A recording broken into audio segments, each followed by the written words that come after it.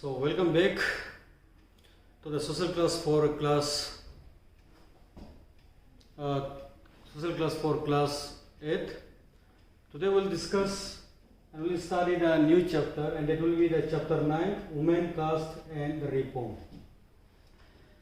Till the last chapter we found that how we'll try to make the education system proper way. The disagreement and agreement between the Western educations by the English, that means the Europeans and the Indian leaders. So this chapter will study the reforms, caste and women.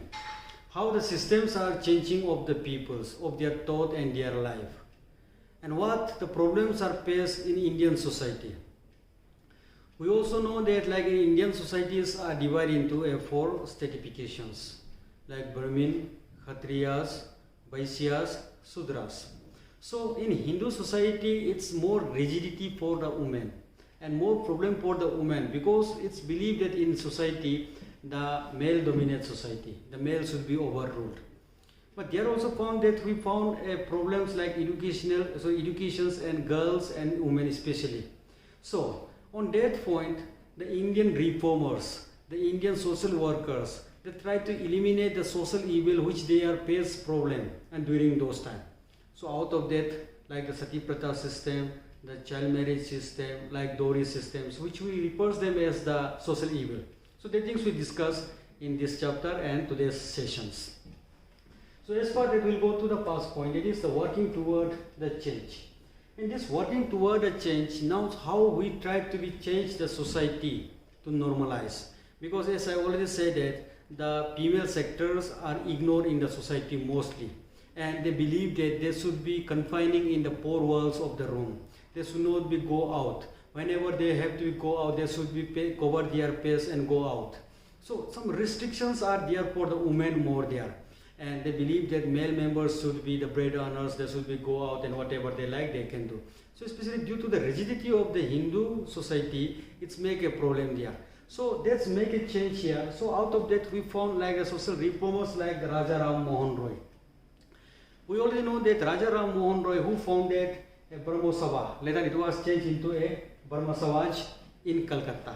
So what is the Brahma Samaj and what are the important factors which they done in Brahma Samaj by the Raja Ram Mohan Roy?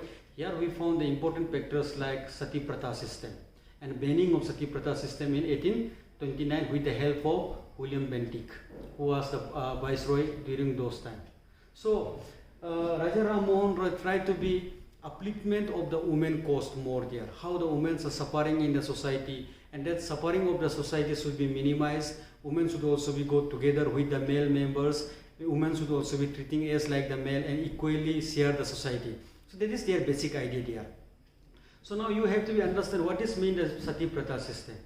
In Sati Pratha system, which means when the husbands are dead, the women's, because in Hindu society you already know that when many peoples are dead, they have to burn into the fire. So like many cultures are there, like either it's for the Christianity, either it's for the Muslim, so either it's for the Hindu. So different cultures are there, like in Muslim and Christianity, they buried in the earth. So their graveyards are there. So but in Hindu society, when the persons are dead, they aim to be fire.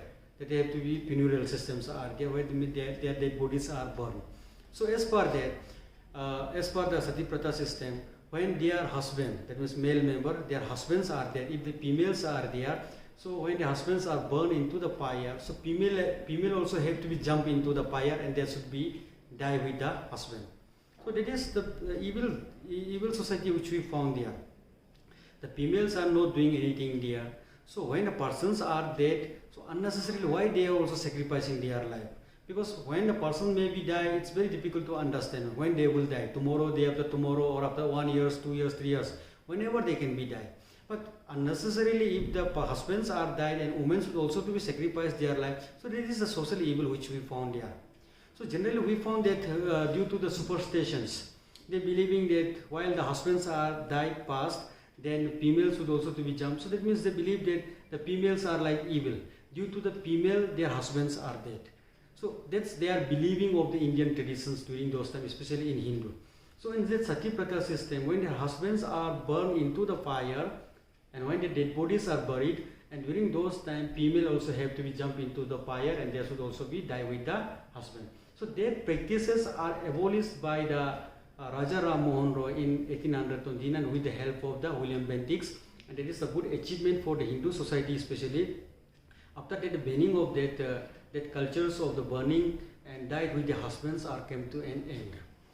Besides, we found here changes in the lives of the widows. So when the systems are implemented that if the husbands are dead and females should not be jump into the fire and females' life should be leave it like that. So there we found that after the death of the husbands, many females are there who are become as the widow. And once they will become as a widow, they are difficult to sit with their husband's home, as well as they are difficult to go back their original home where they are coming from. So it's make a problem for them because their husband family believe that due to the evil spirits of their wives and their the daughter-in-law, that they should be running out of the house. They should not be allowed them to be enter in the house. And another side, they believe that when they will go back to their society, what their other society will be said. So that's make a problem for the widow again. So for there also we found like the solutions like Ishwar Chandra Vidyasagar, which they started widow remarriage in 1854. So in that widow remarriage we found, which was started by the Ishwar Chandra Vidyasagar, that any widow, if they were willing to be remarried, that they should be accepted in the society.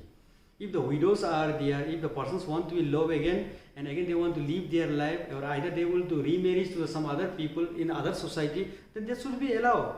Why unnecessarily that simply whole life they have to be sacrificed there? Because generally we found that child marriage system, and within the 8-9 years of the age they are child marriage, and after that when they attain to the age of 20 years, if any peoples are dead, either husband or wife, so unnecessarily whole life they have to live like the single person, especially for the female. When the husbands are dead, so that means when the age of 15 years or 12 years is suppose if any due to any disease, if the husbands are dead, so the girls, small children, so what they will do? They are difficult to understand what they will do. So they are simply spoiling their whole year, so whole life. So that's why they believe that widow remarriage system should be there, so that again they will live their life once again. So it's why they unnecessarily for someone they simply lost their life. So widow remarriage systems was introduced especially by Ishwar Chandra Vidyasagar in 1854, and in society some of the peoples are opposing that, especially like in the high caste of the society, like in Hindu, they believe that why widow remarriage should be once again. And due to that cause also we found that the British, especially the East India Company during those time, the European peoples are supporting that the females should also to be treated equally. They should be live their life. They have a right to be live. So they are also supporting that. And widow remarriage systems are started in India. And but some society in corners of the peoples are opposing till that the widow remarriage system should not be there. So out of that, who are supporting like Swami Dayananda Saraswati, who started the Arya Samaj. In Arya Samaj also their philosophy, they believe that widow remarriage should be there. They should be once again live their life, because life is for all and it should not be suffered to anyone's. So the right to be live, right to be live, so that should be there. So why they unnecessarily, if ones are not there and whole life they should be simply sitting like that in their home.